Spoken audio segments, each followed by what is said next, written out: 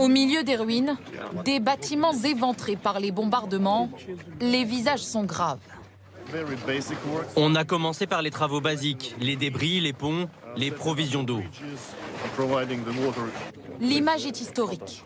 Côte à côte, le président français, le chancelier allemand et le premier ministre italien découvrent la ville d'Irpin, détruite à près de 80%. Le gouverneur de la ville témoigne. C'est ici à Irpin que c'est le plus dévasté. Mais notre nation est plus unie que jamais. Je crois tous vu ces images d'une ville dévastée, qui est à la fois une ville héroïque, puisque c'est ici que entre autres, que les Ukrainiennes et les Ukrainiens ont arrêté l'armée russe qui descendait sur Kiev. Aujourd'hui, il faut que l'Ukraine puisse résister et l'emporter. Les Ukrainiens attendaient cette visite depuis des semaines.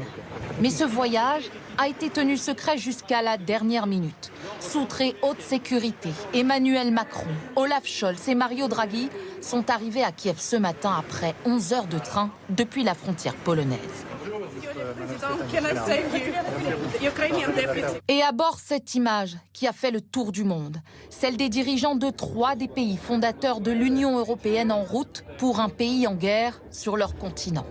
Première visite depuis l'invasion russe, ils rencontrent en ce moment Volodymyr Zelensky au palais présidentiel. Et justement, on va retrouver en direct de Kiev Marie Chantré. Marie, vous suivez ce déplacement d'Emmanuel Macron en Ukraine. L'autre temps fort, c'est ce que nous venons de dire, c'est cette rencontre donc en ce moment même entre Emmanuel Macron et Volodymyr Zelensky.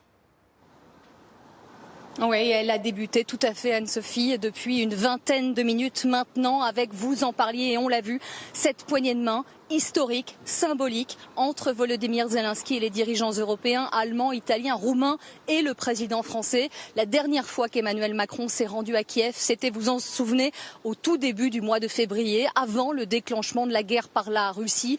Depuis, les deux hommes sont en contact régulier par téléphone. La réunion de travail qui vient de commencer pourrait durer de nombreuses heures, tant les sujets à aborder sont nombreux, au premier rang desquels, évidemment, l'adhésion de l'Ukraine à l'Union européenne. Merci Marie pour ces précisions et j'ajoute que ce soir, dans le 20h de Gilles Boulot, vous pourrez suivre cet entretien exclusif qu'Emmanuel Macron nous accordera depuis Kiev.